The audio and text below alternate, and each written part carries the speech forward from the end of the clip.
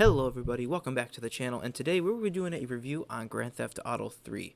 Now, before anything, make sure you guys drop that like button if you haven't already, subscribe to the channel if you're new, ring that notification bell to stay notified for upcoming content.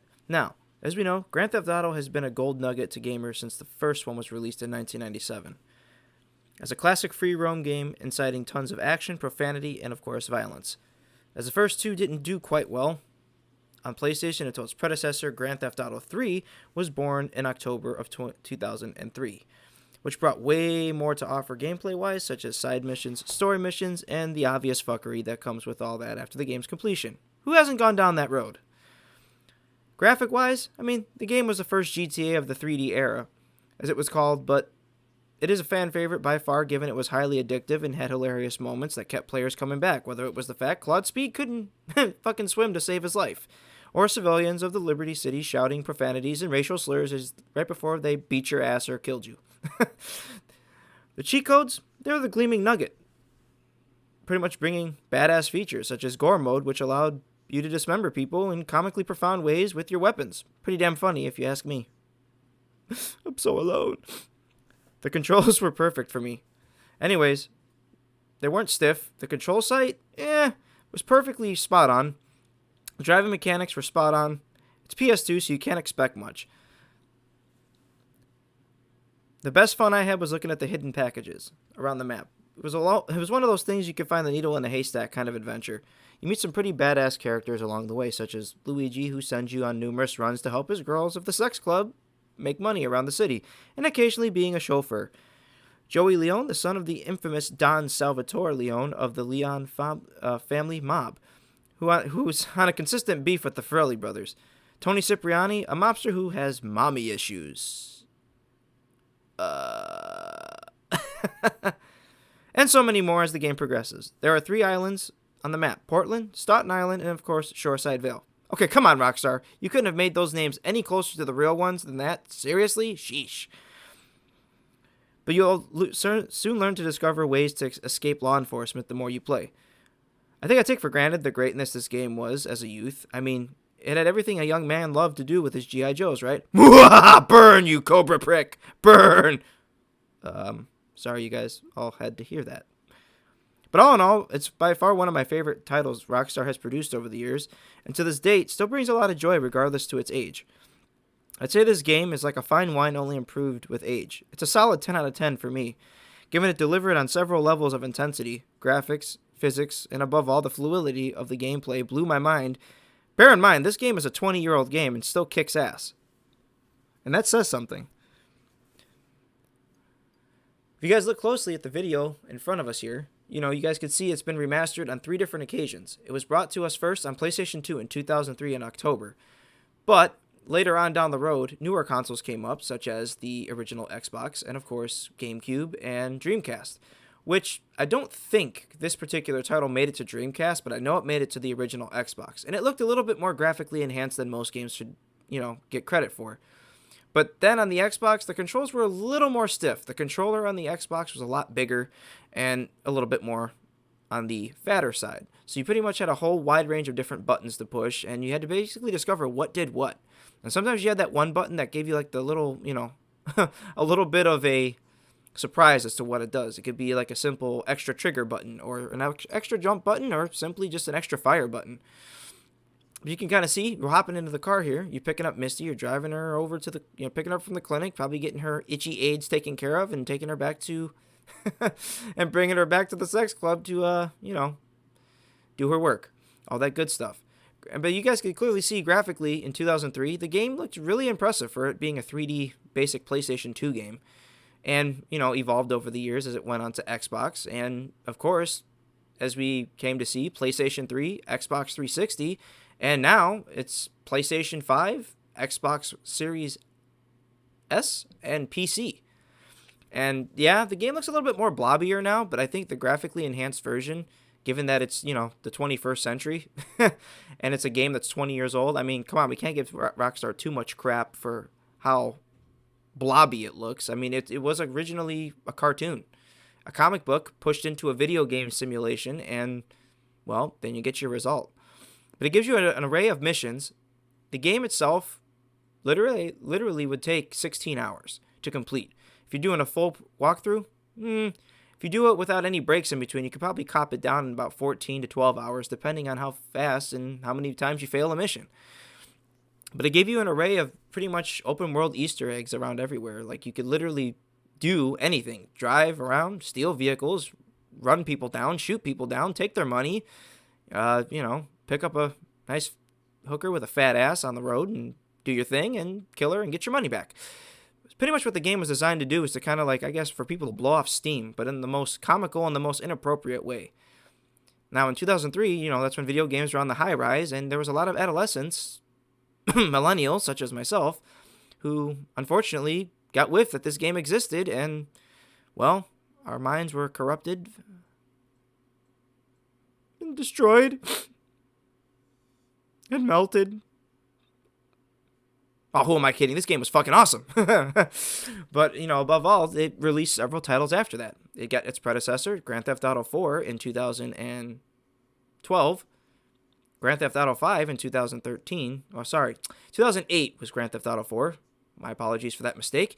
And then its predecessor, Grand Theft Auto 5 in 2013, which to this date is still doing fairly well sales-wise and is still captivating eyes to this day.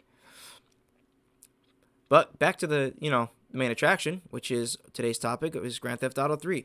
It introduced a whole array of things. Part of it is escaping from the police. Driving to a pay and spray your car, your wanted level goes down. And you just go about your day and just rinse and repeat. You just do the same thing over and over again. But again, it's PlayStation 2. You can't really expect much, graphically, textures.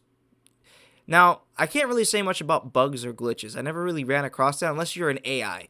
I have a clip on my channel you can go check out of one of the fat guy AIs literally running into a fence for about a good 20-30 minutes. It was freaking hilarious. Literally, there's a fence there. Speaking of the fat guy, it's that fat guy right there in front of your face in the big blue shirt, walking like he just literally just took a dump and it's caught in between his ass crack and his anus. But you just go around for pretty much every part of the city, doing an array of missions for different characters, such as, well, here's an example: Luigi. Luigi's the first one you meet, aside from 8-Ball, who helps you break out of jail. Then you just meet people as time goes on. To the other two maps, such as Staunton Island, you'll meet Asuka and, of course, Kenji, which are members of the elite Yakuza, which is a mob for the Japanese, in case any of you did not know that. And those missions become more and more intense because, well, the Japanese, they're big on territory and they want to crush Salvatore Leone completely. They want to wipe the Italian mob off the map. That's just pretty much what the objective was.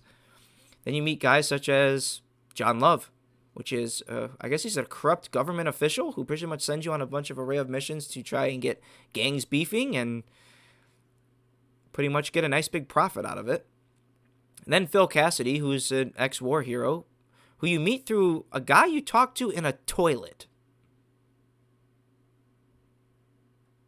Really, Rockstar? All the characters you bring into a game, one of them has to be in a fucking toilet?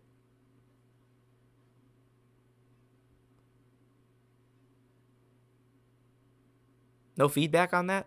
Woof.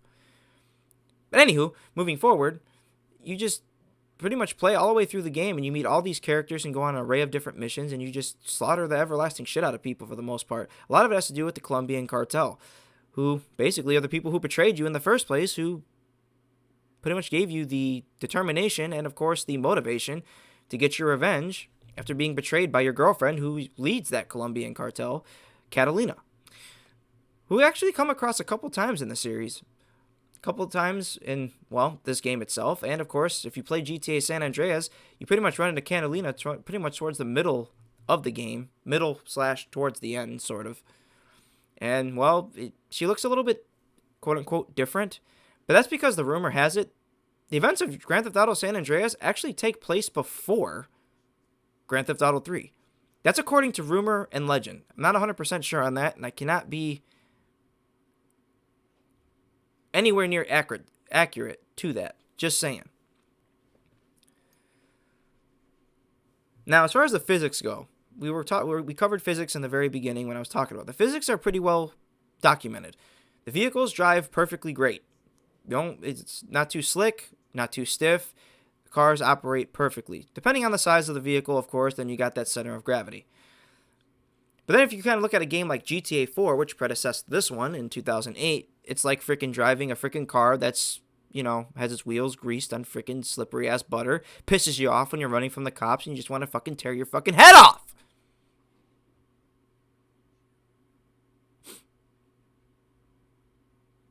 Did I say that out loud? But anyway, as you can see, like, the physics are great. The way the vehicles are. Oh, and there you go. See, there's the GTA violence right there. But the vehicles, they run relatively well for, being a second generation console, and the vehicles pretty much for 3D models and being the very first 3D Grand Theft Auto game is a huge step in the right direction when they were developing games going forward that were very much close to this. Like if you take games such as Red Dead Redemption, they were spot on with the horse physics, and of course the revolver physics were 100% perfect, spot on. Couldn't get any better than that. But if you kind of just look at this game in perspective, this is 2003, and look at how the mouths are moving. You bear in mind, graphical technology and visual technology back in the day was very, very scarce. To get the fact that you got perfectly good models that have arms that move, legs that move, mouths. Not so much the eyes. You don't see the eyes blinking, but, it was barely noticed.